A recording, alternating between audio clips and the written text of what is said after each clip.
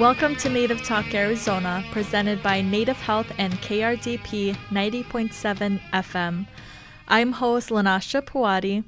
Later in the show, I'll speak with Pamela Baker, owner and designer of TOC Legends, and Robert Doyle, president of Canyon Records. Indigenous Peoples Day, which will be held on Monday, October 9th, is a fun-filled event held in Phoenix to honor and uplift Indigenous communities' rich cultures and tradition. In the studio to tell us more about Indigenous Peoples Day is Bree Quinn and Maxima Guerrero of Cahokia, Phoenix. Hello, Bree and Maxima. It's an honor to have you both on our show today. Hi. Thanks for having us. Yes. Great to be here. Absolutely. And before we get started, can you tell us a little bit about yourselves? Yeah, my name is Maxima. I was born in Morelos, Mexico, originally from there, and then I grew up here in Phoenix most of my life. And so I've been in a lot of different spaces, community organizing mostly with different social issues, and I'm very excited to be a part of this year's event. Wow, that's amazing. It's a pleasure to have you today. And Bree?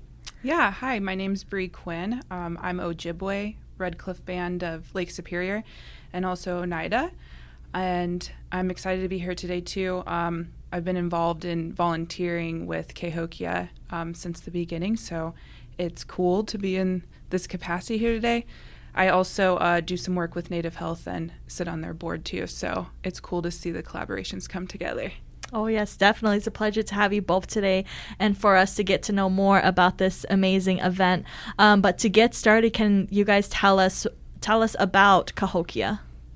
Definitely. So Cahokia is a female-owned, Indigenous-led social and tech and art space in downtown Phoenix.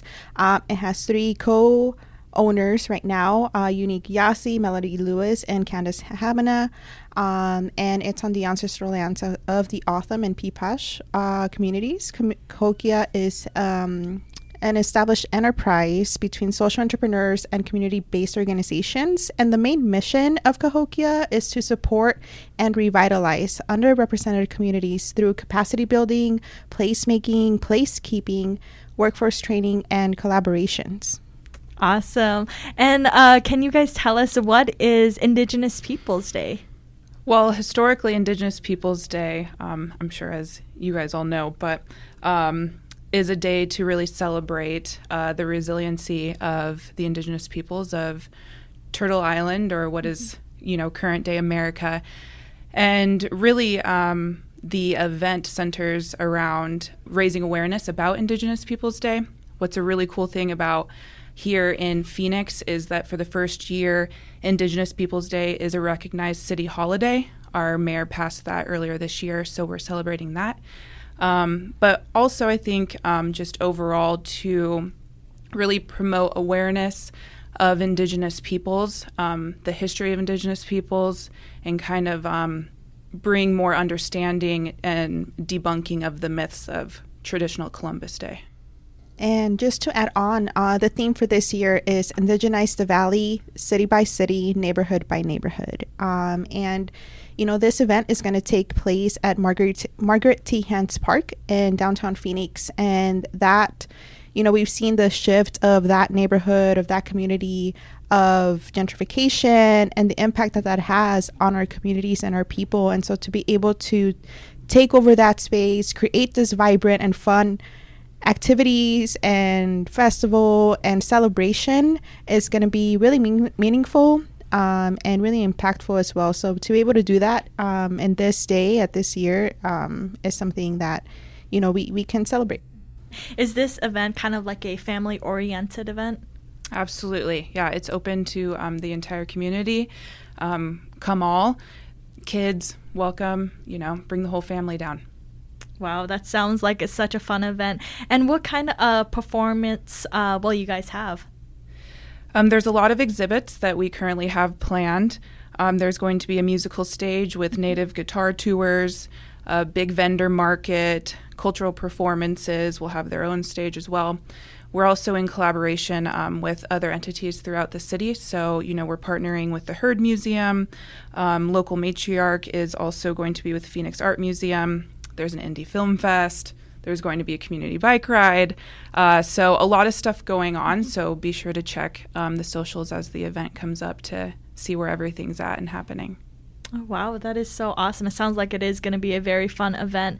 And can people still get involved? Like, are you guys still accepting volunteers, or maybe somebody who wants to be a vendor themselves? Mm-hmm. Yeah, we probably should have started with that. Absolutely. So me and Bree are the volunteer coordinators for this year's event. And so absolutely, we are searching for volunteers.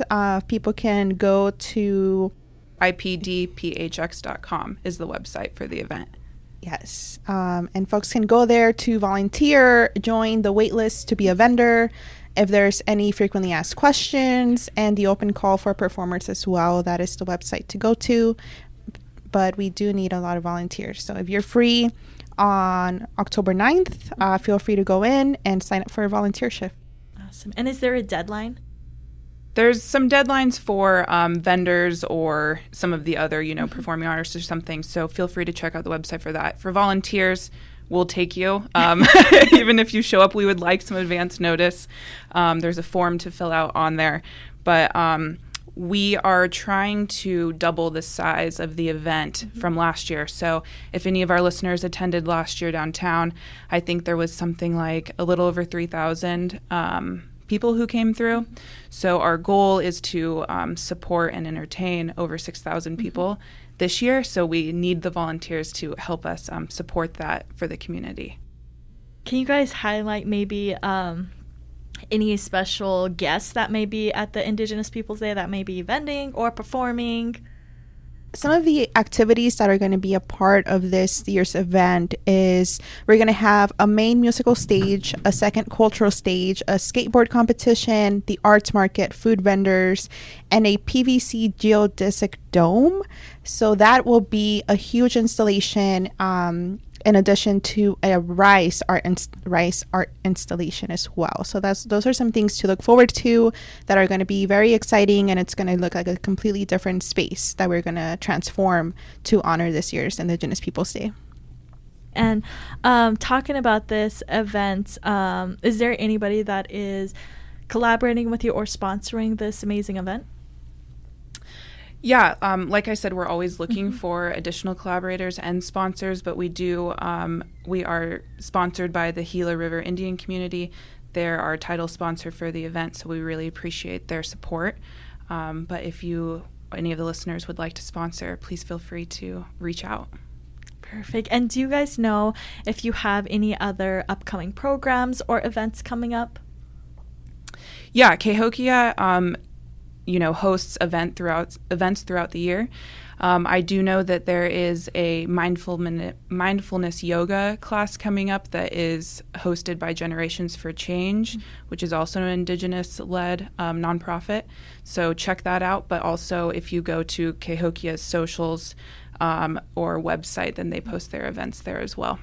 Perfect. And I know some people are probably thinking about the Indigenous Peoples Day event. You have to be Native to attend this event. Absolutely not. Everyone's welcome. Come celebrate with us. Perfect. All be relatives. And to find out who will be performing and any headliners or special guests, please make sure to follow us on social media, Cahokia Phoenix, to get that information and see the news as it comes out.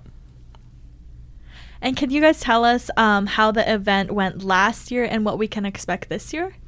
Yeah, last year's event, it was obviously the first of its kind here in downtown Phoenix. And if anyone came through, it was huge, or I thought so at least, for the first time. Last year, it looks like we had about over 170 vendors. And we also supported 29 Indigenous-owned small businesses and organizations that are community-based. And so our goals for this year are to essentially double all of the participation. So not just the attendees' participation, but supporting our local tribal communities and entrepreneurs and vendors that want to come and be a part of the event. And finally, how can our listeners learn more about the Indigenous Peoples Day event or about Cahokia, and who can they contact for further information? Yeah, you can find Cahokia at Cahokia PHX. So it's it's CAHOKIA PHX. And then the website for the event is IPDPHX.com.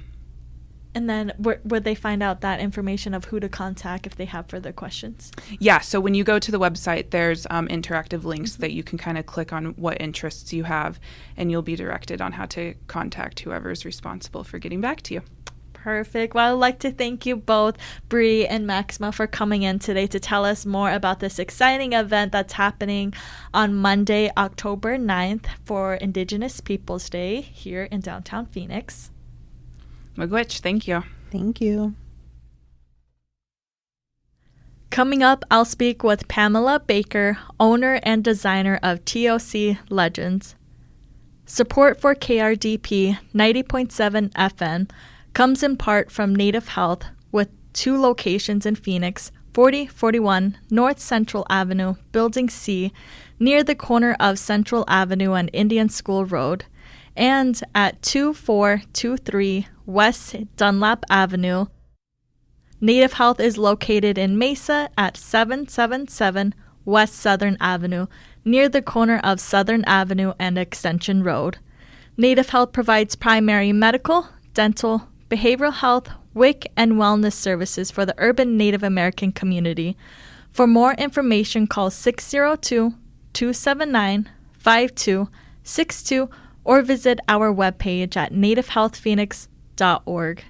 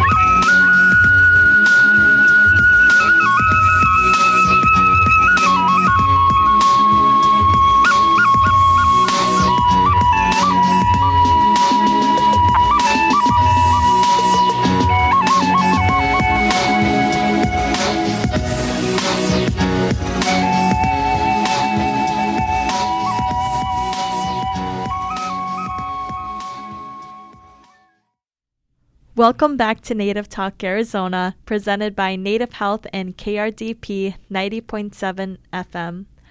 I'm host Lanasha Puwadi. Pamela Baker is the owner and designer of TOC Legends, a unique fashion and jewelry line with First Nations design. Hello, Pamela. It's an honor to have you on our show today. Hi, how you doing? I'm happy to be here and look forward to our interview. Absolutely. It's a pleasure to have you today. And Pamela, before we get started, can you tell us a little bit about yourself, your journey, and your background? Yeah, my name is Nicholas Pamela Baker. I'm from the Squamish Nation and Musqueam Dowdano on my mother's side, Tlingit, and I have been in business pretty much. I'm called an OG. I've been around since 1985, 86. And always designing and representing our Northwest Coast art and my family's connections to the ancestors for the past 35 years. And I went to school. I lived in San Diego, Indianapolis, Seattle, and back to Vancouver. I've been moving around for some time and loved living in the United States. But we always return to our spawning grounds, as my mom told me once. So I'm back on the Capilano Indian Reserve. In my designing, I have attended Capilano University, where I did a 2-year textile arts training. And then I went to school in Los Angeles to obtain my degree in fashion design at Otis School of Art and Design, and graduated and came back and have been working with my people and doing my thing for the last 22 years when I returned from Los Angeles. Oh, wow, that is remarkable, and I'm excited to get to know more about your line. But first, I know that you were just at the Santa Fe Indian Market. How was the market this year? The market was great as usual. The sad part is I don't get a chance to really walk around and see all of the artists. I'm so busy getting ready for the show. And the fashion shows were great. I attended the Saturday night show where I mentor Rebecca Baker Grenier. She's an up and coming designer, and so I was able to view her show on Saturday, and then I showcased on Sunday. And the new pieces were well received, so it was pretty exciting. And now I'm back home getting ready to move my ready-to-wear collection into the Hudson's Bay Company flagship store in Vancouver in the next 2 weeks. Oh, wow, that is pretty exciting stuff and so amazing. And I know we get a little glimpse of your line and kind of your experience in the fashion show on your Instagram. So if anybody hasn't already, go check out her Instagram. Pamela, to give our listeners a background of your line, can you tell us what is TOC Legends and what does TOC stand for? Yes, TOC stands for Touch of Culture. Let me see. I moved back from Indianapolis in the late 80s, and then I started training with, I used to be a youth drug and alcohol counselor, and my training was up northern British Columbia. So we would travel there every 3 months and stay for, I think it was 4 weeks. And I was encouraged by one of the other counselors to start my own business. And I said, yeah, it's a great idea. And the main part was to be doing workshops with our First Nations people. And then I came home one time and I said, I was looking through magazines, all kinds of things, and I came up with Touch of Culture. And so TOC, I was like, TOC, talk, just, how you're working on finding a name. So Touch of Culture, the reason I selected that name was because of my training in Los Angeles. It was more, I love doing evening wear and applying the arts to my evening wear from my ancestors, my tribes. You say tribes down there, we say bands or nations. So Touch of Culture became my brand, and then TOC Legends. And everything I do comes from my heart, from my mom's side, my dad's side. And it's just a touch of culture. Part of the art, I never share my full traditional arts from my, potlatching, because I grew up in the potlatch system in a sense. I don't like to say system, that's not a good word. And the potlatch, family potlatches for the past, since I was like 6 years old.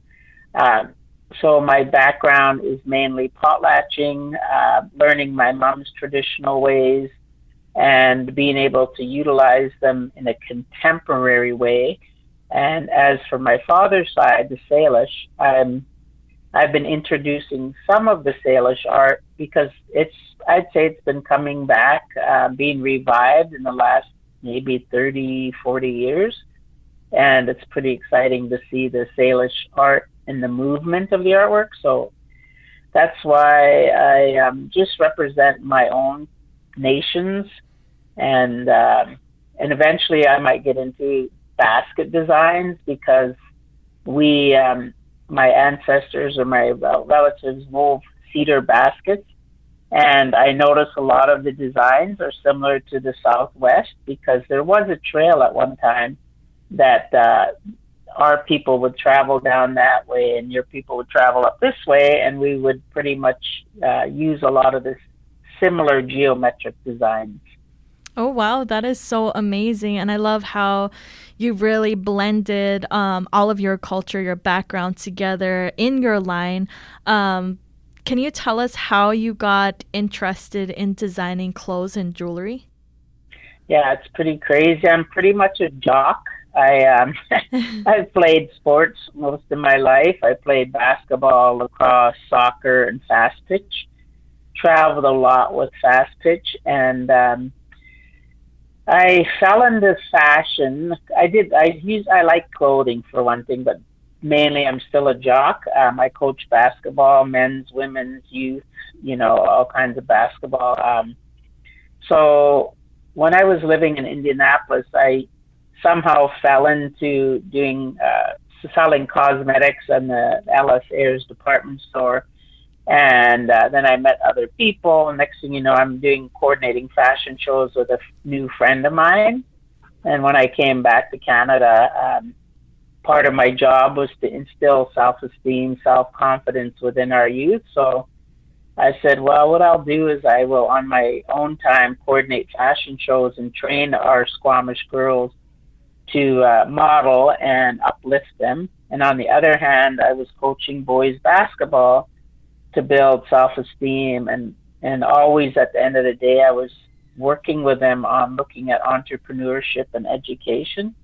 So the fashion shows led me into traveling with a troupe of models, and then designers would drop out at the last minute. And so I said one day, I just said, you know what, I'm going to start designing. I like clothes, so there's where it started. It wasn't from copying my mom when she used to sew for us, and I don't know, I just love it. It's great that I'm able to apply and be proud of what I apply on my clothing, and today there's a lot more technology, and being an OG, I mean, it's great to find different ways of applying the art, and yeah, exciting.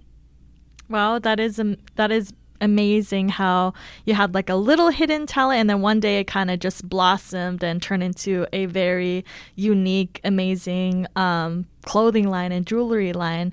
Can you walk us through or tell us the process on how you create your clothing? Like, do you come up with your designs or sketch it out, or do you kind of envision like an apparel first and then the designs? Yeah, the process sometimes takes a long time. I'll share a quick story with you. When I was in school in Los Angeles, I was always attempting to add First Nations art, Native Indian art to my pieces, and the head of the school was like, you got to change. This is a business. You have to do this. You have to do that. And I'd still continue to and use my native art and sneak it in there somehow. And one day I was walking with my kids I was a single mom with 2 children going to school full time. And we were walking to the grocery store, and I stopped and I looked down on the ground and I said, wow, look at that. And my son goes, Mom, are you thinking about design, fashion design as usual? And I was like, yeah, look at this. And so I picked up this little blade of grass, almost looked like wheat. So I said, that's what I'm going to do on velvet. And so I also do a velvet burnout. I burn out designs in velvet that are really beautiful. And so I talked them into it in my school. I did a beautiful gown, and I won the best evening wear that year in my senior year. And I incorporated the native art just from that little sliver of grass. So I think most of us, artists and designers, we're always looking for inspiration. You'll see something, oh, that'll work. Maybe I'll design around that. So then I go to my computer, I start drawing, taking my art that I do on my computer. And so I said, like, for instance, this collection I had, one of my collections was called Spirits of the Universe. And I did a painting quite some time ago, and it hangs over my fireplace. And I kept saying, this has got to be something. Let me think, how am I going to use this in my collections? And in that one of the coats, you'll see my mother peering out from the coat, just the eyes and the lips, and it's just really powerful. So the last 2 collections I've incorporated. She passed away about 5 years ago. So I always have these little tiny images of her lately in some of my pieces. And so I think mainly, so back to the process. I draw it on my computer. I do different colorways. I play with it, and then I go to my pattern maker. We talk about it.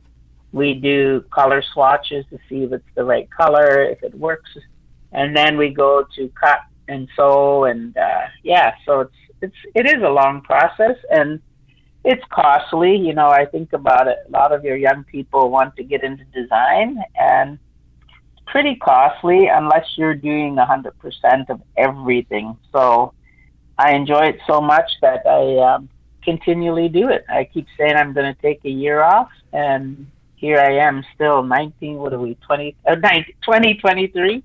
So it's been quite some time. Oh, wow, that's amazing. And thank you for sharing that story behind that design that you created. So really each of your design kind of tells a story, different story with each one that you create. Yes, every one of them, there's a story behind it. Wow, that is amazing. And how long does it take to design a dress or a piece of clothing?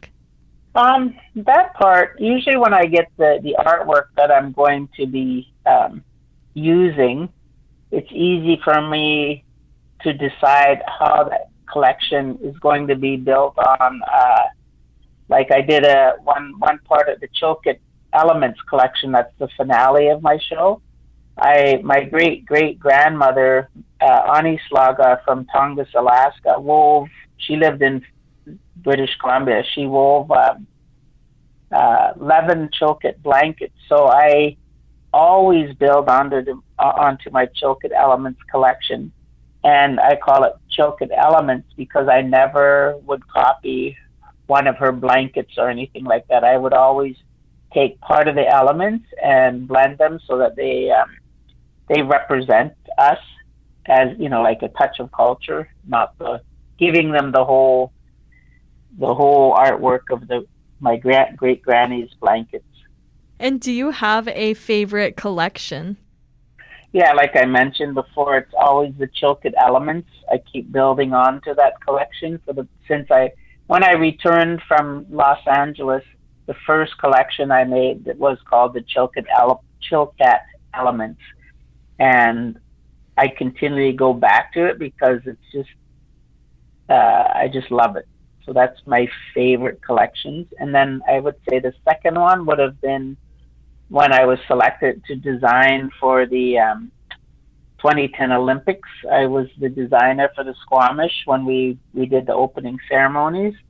And then I was one of 3 designers selected to showcase here in Vancouver. And I researched the Salish style, so I was able to do fabulous cape and leather, and we used gold floss and instead of leather to put the pieces together. So that one was probably my second favorite, and we used goat fur. So it was really fun. Wow, those are pretty amazing accomplishments, and I bet they felt really rewarding as well. Pamela, how can our listeners find more information about your clothing line, and how can they contact you?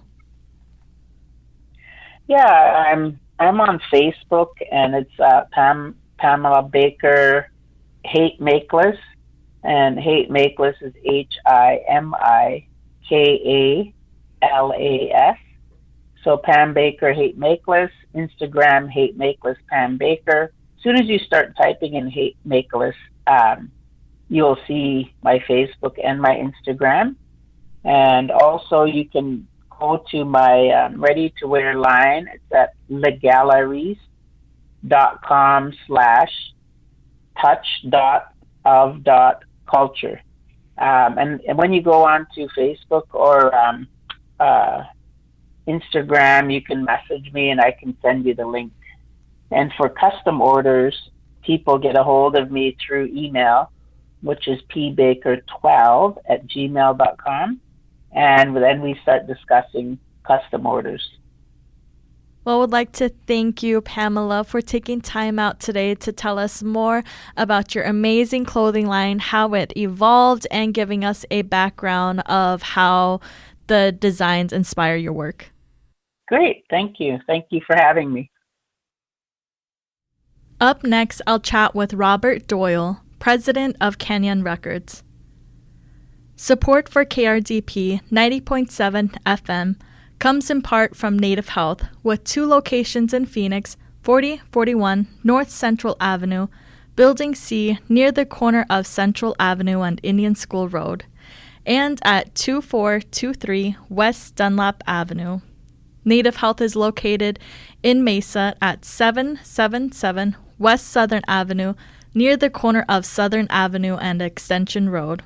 Native Health's patient enrollment specialist can help you enroll, renew, or update your access information. This can be done in person, on the phone, or via Zoom. Days, nights, or weekends. It's fast, easy, and can make a difference in keeping your healthcare coverage. For more information, call 602-285-9492.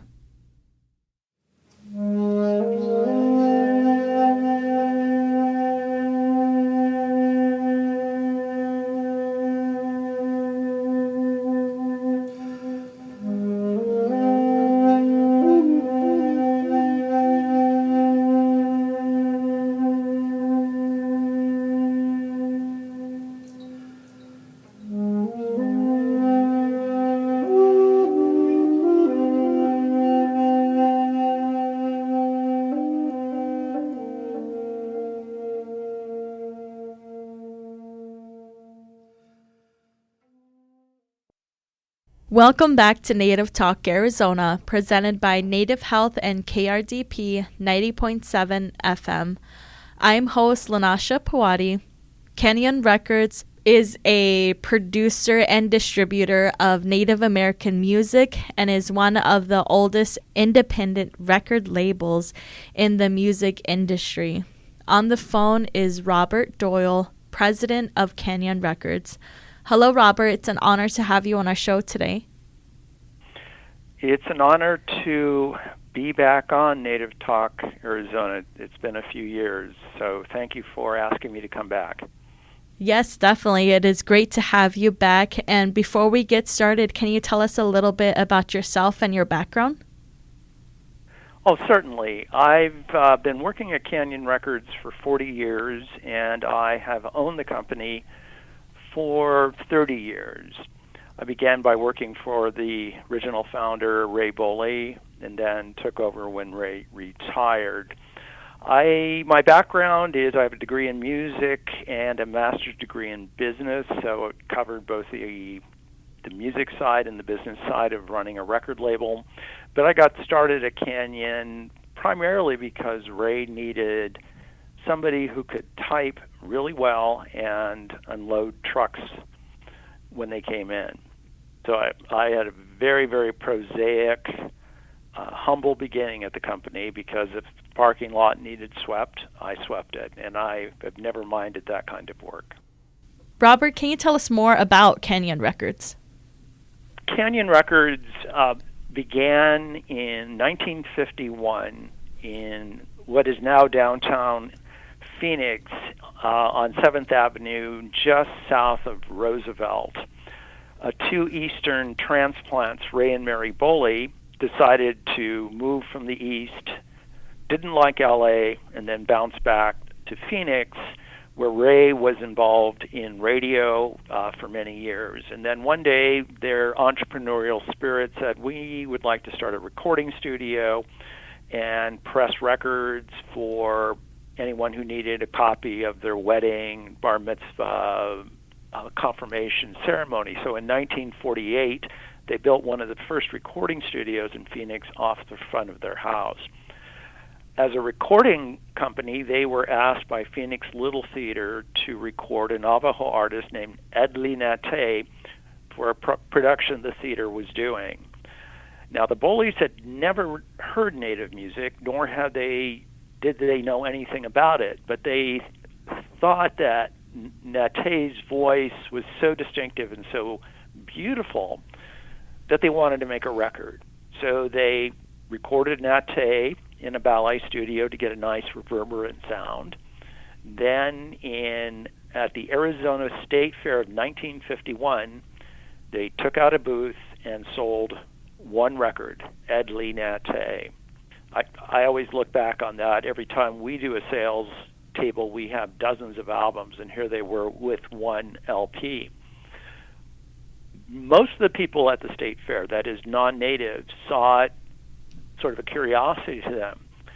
But state fairs, especially in the early 50s, were attended by a lot of natives coming down from the reservations, and the natives responded to it very strongly. And somebody said, well, why don't you do some Hopi music?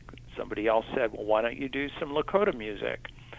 And it grew from there. The Boles then went out with a camper over the summer, drove around the northern plains, began to record groups from there, looked for groups up in Apache and Navajo and so forth, and continued to release sometimes a single, sometimes a 78, sometimes 33s, for the next 10 years or so. One of the most important things the Bole did was they never patronized Native people. They never communicated, we're here to save your music. We're going to make sure that we'll make everything right for you. They looked at Native people as friends, people they were interested in working with, as customers, and they never decided we're going to do this because it deserves to be saved. They decided we will do this because Native people want to listen to it. And so they took that very respectful but very market-oriented, who will buy this among the Native community attitude, and that's what kept the label going. And then in 1970, after 20 years of being at that location, they opened up a store complex, an office complex on 16th Street, where currently Drumbeat Indian Arts, which was originally their retail store, is now located. So it went from a chance encounter with one Navajo singer who his music still sells 70-plus years later, to building out a label that has lasted those 70 years. Thank you for sharing that, Doyle. Is Canyon Records an independent label? Definitely an independent label, and I'm of course laughing a little bit because it's a very, very small independent label, very, very specialized independent label.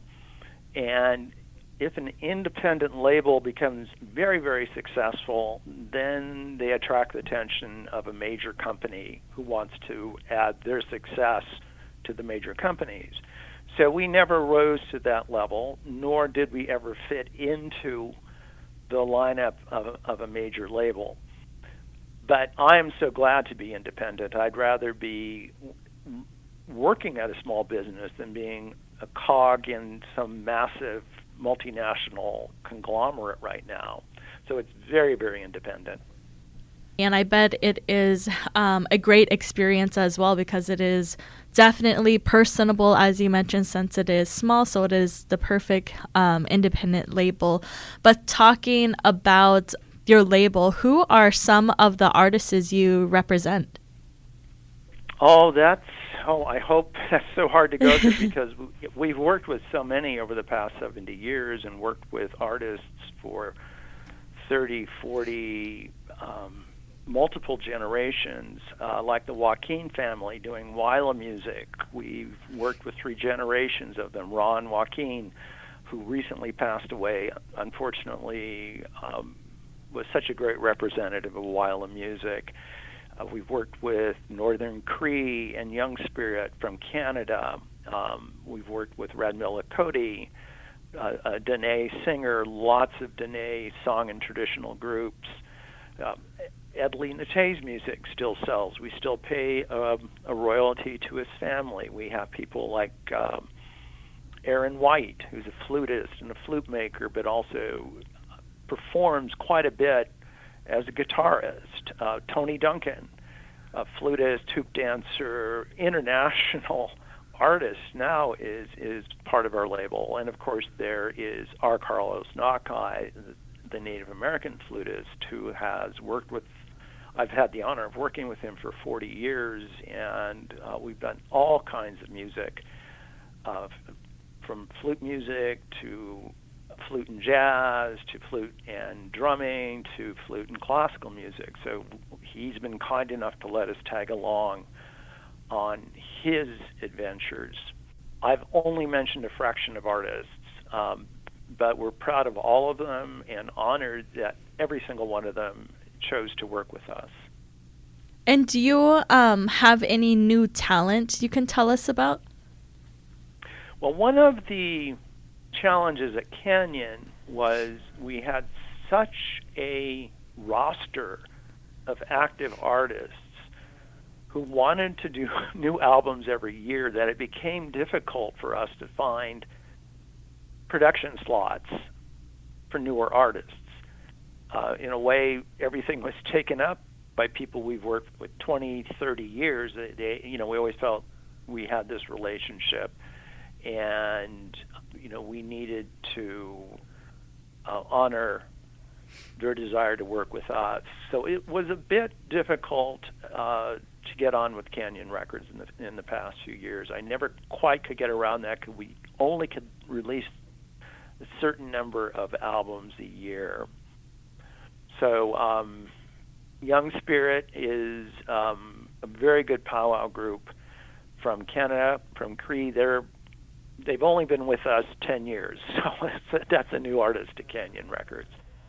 And Doyle, how do you see music changing? Are you seeing that people are interested in traditional music or other genres?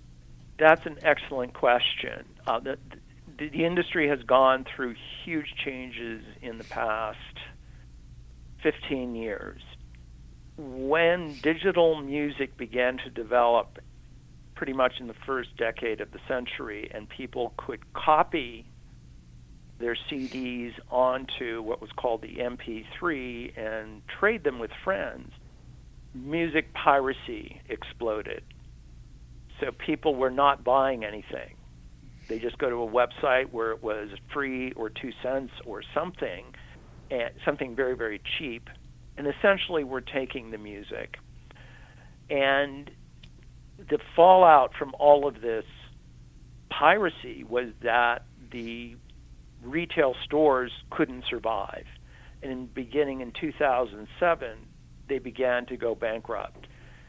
So in 2007, two of my biggest retail customers, Tower Records and Musicland, went bankrupt within a month of each other. And it got worse and worse and worse. At the time, Apple had started iTunes, which made it possible for people to legitimately acquire digital music, but still piracy was just eating into the industry's revenues, and it was particularly devastating to small companies like Canyon. Many, many companies went out of business. We managed to survive because I expected something bad to happen, and I frankly saved a lot of money. But it took us more than 10 years to recover from that as a new digital market took place where people would not necessarily buy the digital download. They would get a monthly subscription and have access to everything. And Spotify is sort of the primary example of this. iTunes does it, Apple does it. So there's many music services where you pay $10, $12, and you can listen to anything as long as you want.